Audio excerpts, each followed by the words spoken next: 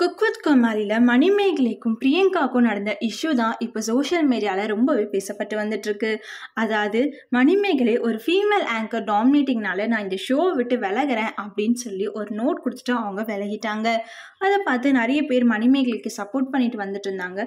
ஒரு சில பிரியங்காவோட ஃப்ரெண்ட்ஸ் எல்லாருமே மணிமேகலைக்கு எதிர்ப்பும் தெரிவிச்சுட்டு வந்துட்டு இருக்காங்க.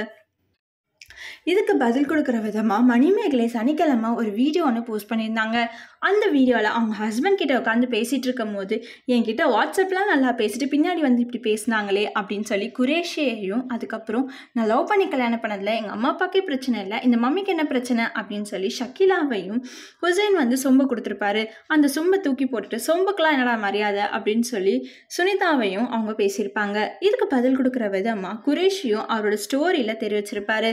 அதுக்கு அடுத்து இப்போ மாகாபாவும் இதுக்கு பதில் கொடுத்துருக்காரு. இது ரிலேட்டடாக ஆல்ரெடி மாகாப்பா கிட்ட கேட்டப்போ மாகாப்பா 2 யானைகள் சண்டை போடுறதுனா நம்ம உட்காந்து வேடிக்கை தான் பார்க்கணும், நம்ம போய் அது சரி பண்ணக்கூடாது அப்படின்னு சொல்லி சிம்பிளாக முடிச்சிருப்பாரு. இப்போ இந்த வீடியோ பார்த்துட்டு மாகாப்பா கோவமாக ஒரு ரிப்ளை ஒன்று கொடுத்துருக்காரு.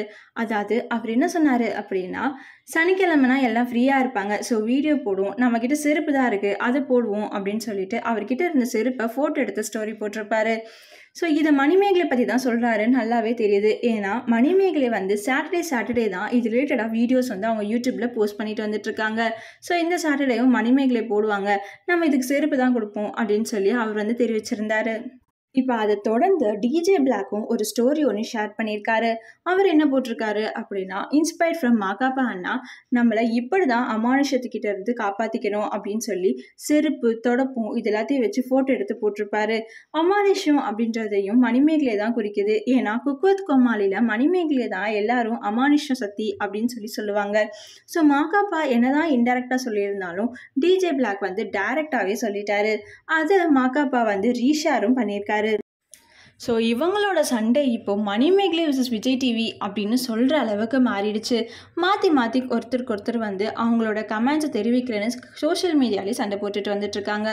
இதை பற்றி நீங்கள் என்ன நினைக்கிறீங்க? நீங்கள் கூட மறக்காமல் கமெண்ட் செக்ஷனில் கமெண்ட் பண்ணுங்கள். அண்ட் இந்த மாதிரி நிறையா அப்டேட்ஸ்க்கு ஸ்பெஷல் சினிமாவை சப்ஸ்கிரைப் பண்ணுங்கள்.